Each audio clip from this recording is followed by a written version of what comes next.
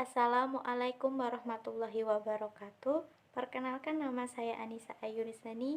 Di sini saya akan mempraktekkan pembelajaran berbasis online yang dilakukan di masa era pandemi saat ini.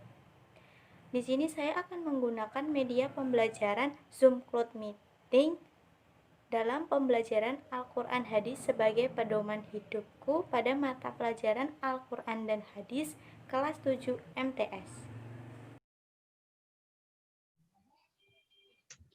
Assalamualaikum warahmatullahi wabarakatuh. Waalaikumsalam warahmatullahi wabarakatuh. Selamat siang anak-anak, bagaimana kabarnya hari ini? Alhamdulillah, luar biasa. Allahu Akbar. Alhamdulillah hari ini kita masih bisa bertemu lagi walaupun tidak bisa tatap muka ya. Hari ini kita melanjutkan materi yang kemarin. Materi hari ini yaitu Al-Quran sebagai pedoman hidupku. Di sini Ibu akan menjelaskan pengertian Al-Quran dan pengertian hadis. Yang pertama, pengertian Al-Quran. Al-Quran dari segi bahasa berasal dari kata qara'a, yaqra'u, qira'atan, Qur'ana yang berarti bacaan. Sedangkan menurut istilah, Al-Quran yaitu kalamullah yang diturunkan kepada Nabi Muhammad SAW secara mutawatir hingga sampai kepada kita, serta membaca Al-Quran akan bernilai ibadah. Selain sebagai firman Allah, Al-Quran ini merupakan mukjizat yang diberikan Allah Subhanahu wa Ta'ala kepada Nabi Muhammad SAW.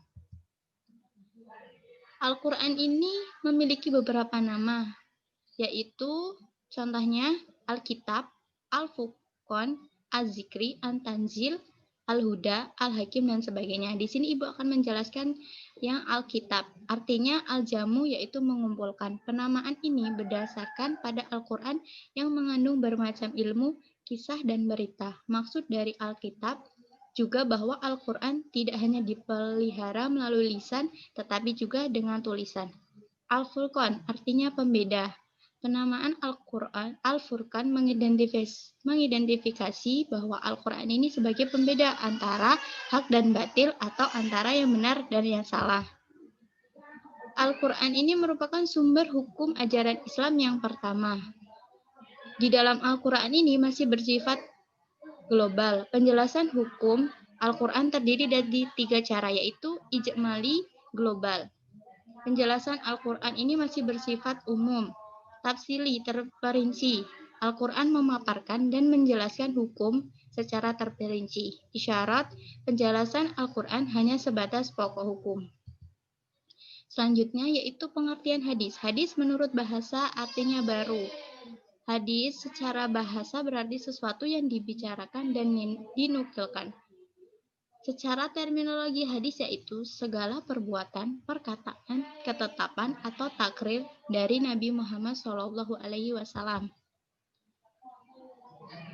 Hadis dibagi menjadi 3 macam. Yang pertama hadis qauliyah, yaitu dia tuh ucapan-ucapan yang bersumber dari Nabi Muhammad SAW. Yang kedua hadis fi'liyah. Hadis fi'liyah ini segala perbuatan yang bersumber dari Nabi Muhammad SAW. Yang ketiga hadis takriyah, yaitu pernyataan yang bersumber dari Nabi Muhammad SAW. Pada dasarnya hadis dan Al-Quran ini memiliki keterkaitan. Kenapa? Karena fungsi hadis itu dia tuh menjelaskan, Al-Quran menegakkan kembali keterangan atau perintah yang terdapat di dalam Al-Quran. Hadis juga berfungsi menjelaskan dan menafsirkan ayat-ayat Al-Quran yang datang secara global. Kedudukan al-hadis dalam kehidupan dan pemikiran Islam sangat penting, karena di samping memperkuat dan memperjelas berbagai persoalan dalam Al-Quran, juga memberikan dasar pemikiran yang lebih konkret mengenai penerapan berbagai aktivitas yang akan dikembangkan dalam kerangka hidup dan kehidupan umat Islam. Jadi Al-Quran dan hadis ini saling berkaitan karena keduanya memiliki fungsi yang sama-sama terkait. Al-Quran sebagai sumber hukum umat Islam yang pertama dan hadis sebagai sumber hukum ajaran Islam yang kedua. Bagaimana anak-anakku? Apakah ada yang ingin ditanyakan? Sudah paham semuanya? Ada nggak ya, Bu? Sudah, Bu. Aku sudah. Mbak Naf, kamu mau tanya nggak? Tidak. Kalau nggak mau tanya nanti Ibu kasih tugas ya.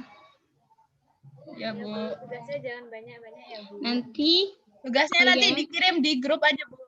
nanti kalian mencari nama-nama lain Al-Qur'an, terus dijelasin ya. Nanti difoto, nanti kirim via WA aja ya. Oke, Bu. Oke.